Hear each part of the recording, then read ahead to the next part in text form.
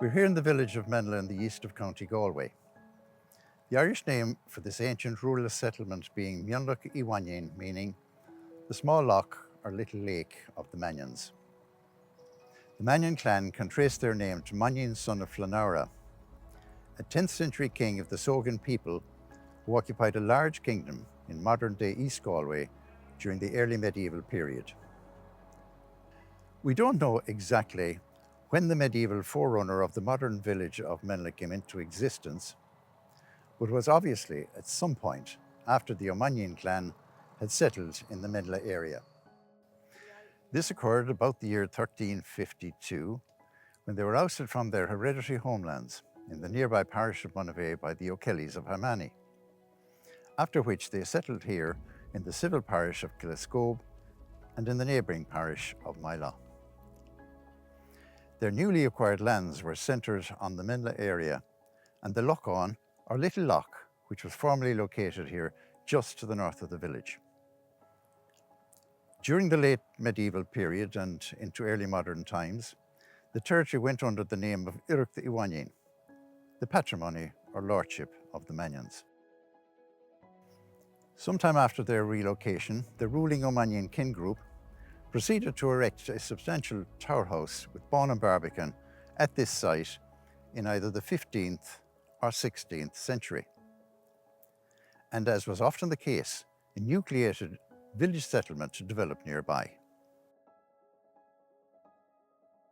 A survey carried out in 1574 during the reign of Elizabeth I of England unsurprisingly reveals that O'Mannion, chief of the name, was the gentleman in possession of the castle of Menlough at the time. Possession of the castle and the income that accrued from the associated village tenements and adjoining lands was clearly linked to the O'Mannion chieftainship and was typically shared by closely related members of the ruling kin group. It's recorded in 1617, for example, that John O'Mannion, the last recorded chieftain of the Mannion clan, was seized of half of Menlough Castle and bawn, which he surrendered to James I with the view to having it re-granted the following year. At the same time, his near kinsman Thomas O'Mannion of the nearby townland of Cross surrendered his possessions, which included the other half of the castle. The last reference we have to an O'Mannion occupant of Menlough Castle dates to 1639, when a will was recorded for an O'Mannion gentleman called Connor. At the time of the rebellion of 1641, members of the O'Mannion ruling kin group continued to possess much of the hereditary clan lands in the vicinity of the village of Menlough. This was in spite of the fact that after the 9 Years' War from 1594 to 1603, a significant amount of their traditional property had changed ownership and was then in the hands of the French merchant family of Galway for the most part. The remainder of the clan lands were lost during the Cromwellian confiscations of the 1650s, with a later report claiming that the castle of Menlough O'Mannion was dismantled by the Parliamentary Army at the time.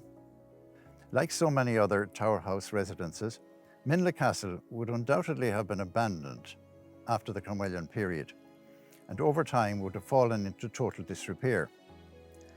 What remained of the castle was struck by lightning early in the 19th century, it being subsequently described as a shattered ruin.